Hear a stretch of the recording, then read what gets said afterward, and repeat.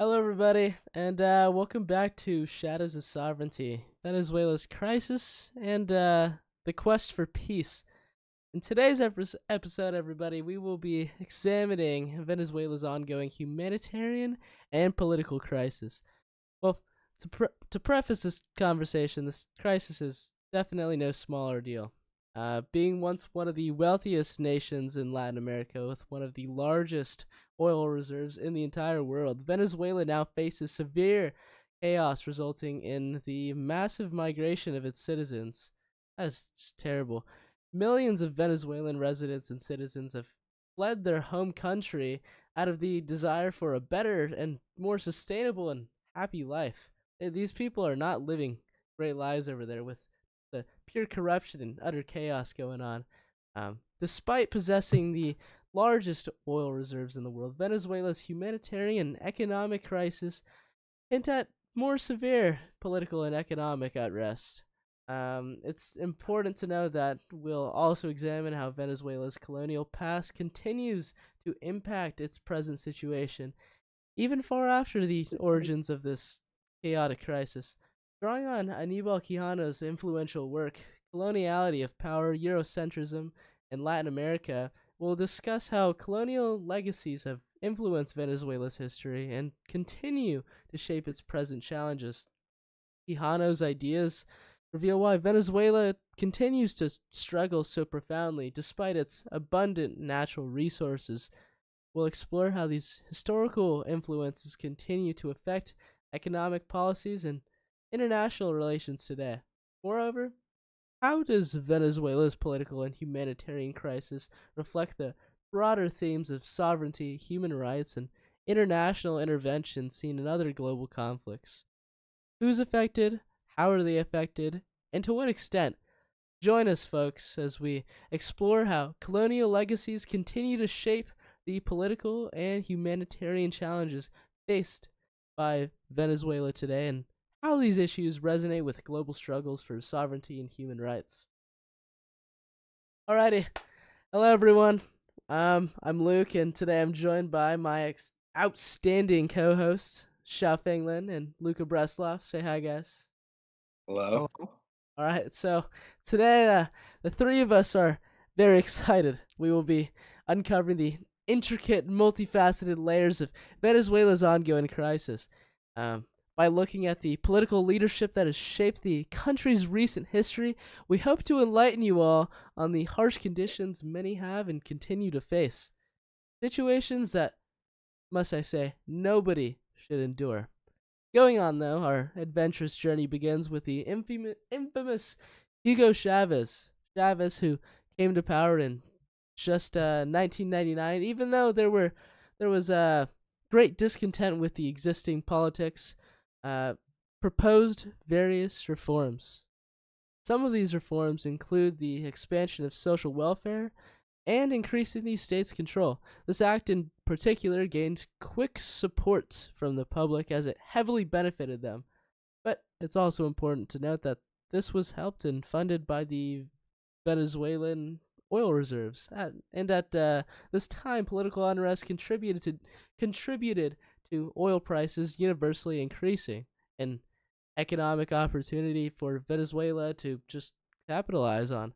However, this dependence on oil has caused Venezuela to be very susceptible to, must I say, oil price fluctuations universally, worldwide, especially since Chavez's death in 2013. Utter chaos has completely spread its way across the Venezuelan lands. For instance, monumental figures such as Nicolas Maduro took charge in place of Chavez. This time has been marked by continuing Chavez's policies, but, must I say, with increasingly and surprisingly authoritarian measures. His new regime includes measures such as cruel manipulation of electoral processes that ultimately subject citizens to pain, suffering, and chaos. Thus, these actions have created international criticism and allegations of dictatorship, as this uh, combination of poor economic choices, over reliance on oil, and morally wrong practices under both Chavez and Maduro, um, it's very, very noticeable that these severe shortages of necessities have ultimately fractured the political and societal landscapes. Moreover, these crises have deeply intertwined with Venezuela's colonial past, which sets the roots for the current power dynamics and even economic dependencies. Thank you for the formal introduction, Luke. It's much appreciated. As we discuss the economic turmoil and political decisions that have unfortunately led Venezuela into its current state, it's crucial for the world to understand the human impacts of this crisis. So, as we know, the crisis in Venezuela is brutal and unfair to the lives of millions of innocent civilians.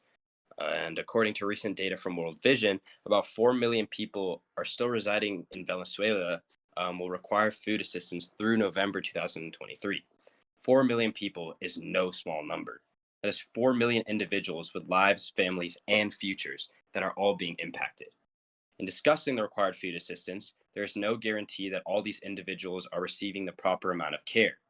Some may have never been offered assistance and may never receive assistance due to living circumstances or proximity to sources of help.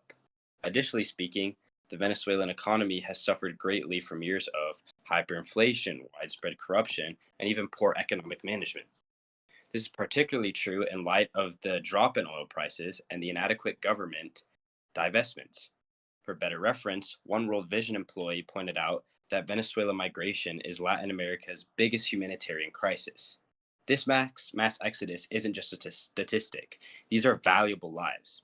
Families, individuals, and communities are torn apart, seeking safety and stability wherever they can. People are starving, suffering, and dying. Thus, the World Vision insights enable us to depict the problem in greater detail. They highlight the critical humanitarian requirements resulting from such political and financial breakdowns and reflect the shortcomings of economic policy and administration. For our audience, this background is essential as it links the political and historical studies we've covered to the real world effects people face. These people deserve help. Luca, I'd like to touch a little more on what you just said. That's 4 million lives, everybody. That's 4 million valuable lives. Lives, families, and futures at risk. These people may never receive the necessary aid due to their living circumstances. The Venezuelan economy has suffered from years of hyperinflation, corruption, and poor management, worsened by the drop in oil prices. Venezuelan migration is Latin America's biggest humanitarian crisis, may I emphasize, tearing apart families and communities seeking safety and stability. The World Vision insights highlight the urgent humanitarian needs resulting from these political and financial breakdowns. This background links our studies to the real world effects that these various families, people, and communities face. People deserve help.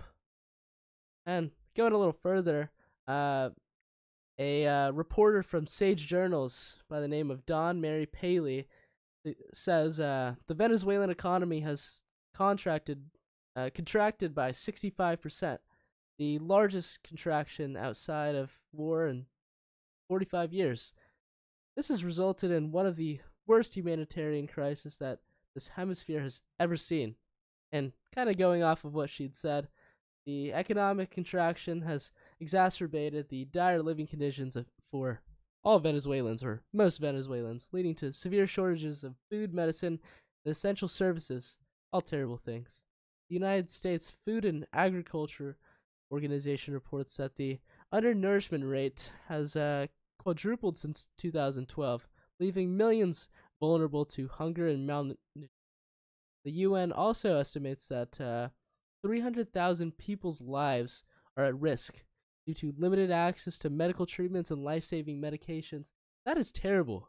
That is just absolutely horrible. These people are most innocent are just in insufferable pain, and they do not deserve this. The situation is a glaring example of how economic mismanagement and political instability can precipitate a humanitarian disaster for unprecedented scale.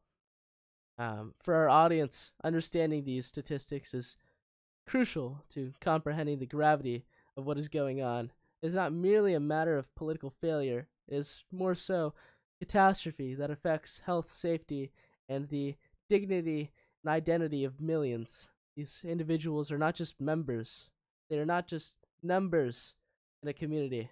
They are people in desperate need of global attention and intervention.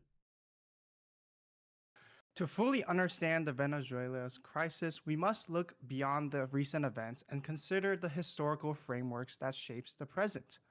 Going back to Aníbal Quijano's Coloniality of Power, Eurocentrism, and Latin America, he gives us a critical lens for understanding these deep-rooted issues.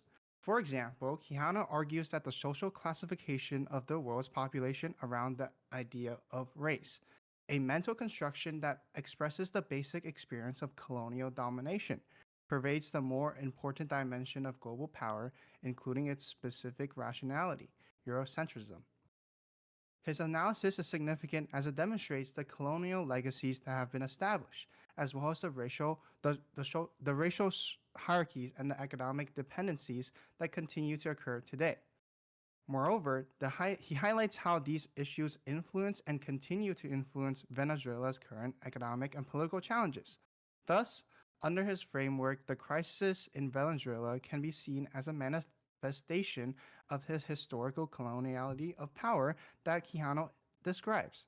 Subsequently, the nation's reliance on oil, deeply rooted in global capitalist systems, relates to Quijano's point that the racial axis has a colonial origin and character, but it has proven to be more durable and stable than the colonialism in which matrix it was established.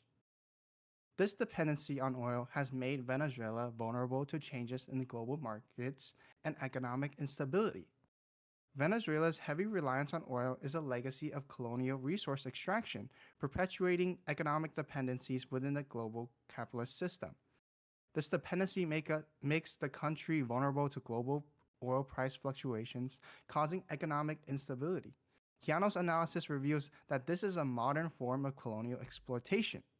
Furthermore, Quijano explains how colonial power structures perpetuates inequalities. The idea of race and the colonial structure of labor were associated with social roles and geohistorical places, creating a systemic racial division of labor. In Venezuela, this has turned into economic policies that favor certain groups while marginalizing others, further pushing the divide between the nation. Thus, while initially popular, the political strategies employed by Chavez and Maduro ultimately continued the cycle of dependency and exploitation rooted in colonialism. By looking at Venezuela's crisis through Quijano's insights, we understand that the country's challenges are not just a result of contemporary mismanagement, but are instead deeply intertwined with colonial legacies that continue to shape its economic and political landscape. Moreover, this perspective shows how historical power dynamics and economic dependencies are still prominent, influencing the lives and futures of millions of Venezuelans today. Additionally, Quijano's analysis underscores how the external influences and internal policies are inextricably linked to the colonial past. The external interventions imposed by foreign powers can be seen as a continuation of colonial exploitation, furthering damaging Venezuela's economic issues. These interventions and sanctions often show the economic hardships, leading to a vicious cycle of dependency and instability. The notion that the model of power that is global hegemonic today presuppose an element of coloniality is evident in how global economics impact Venezuela. Thus, this informs the need to view the crisis through a historical lens. Thank you for that, Xiaofeng.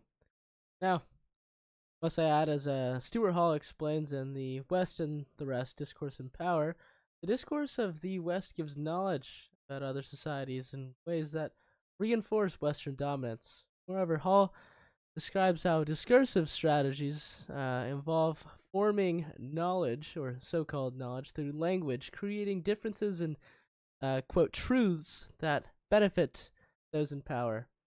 Kind of adding on and touching on what I was talking about, the strategy establishes a regime of truth, a collection of statements repeated until they are accepted as factual, even if that is not all true. This is significant as this concept can be applied to understanding the Venezuelan crisis. Portrayal of Venezuela in international media often emphasizes the country's political and economic chaos, demonstrating it is at a essentially failed state due to socialism and authoritarianism.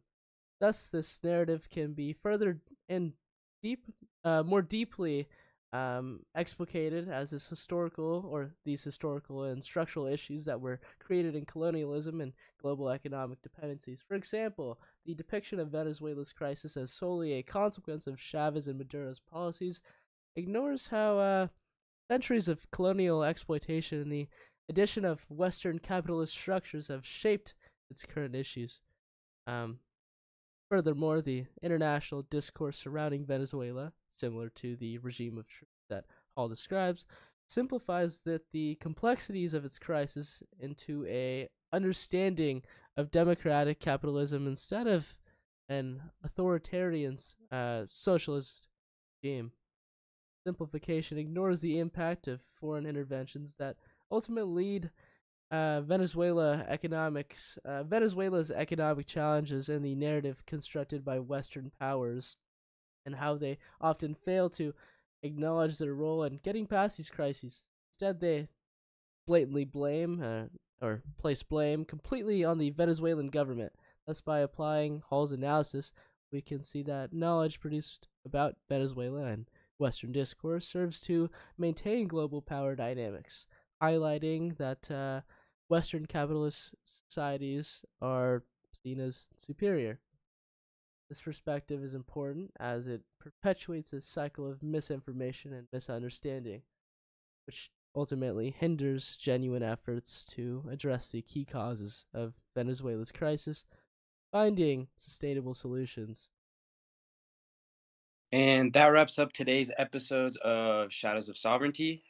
Just as a little recap of today's episode, we've delved into the complex layers of Venezuela's crisis, weaving through its historical, political, and even economic tapestry. Our journey from the colonial legacies discussed by Aníbal Quijano to the contemporary challenges outlined by Stuart Hall has shown us how past influences and global narratives shape the realities of today.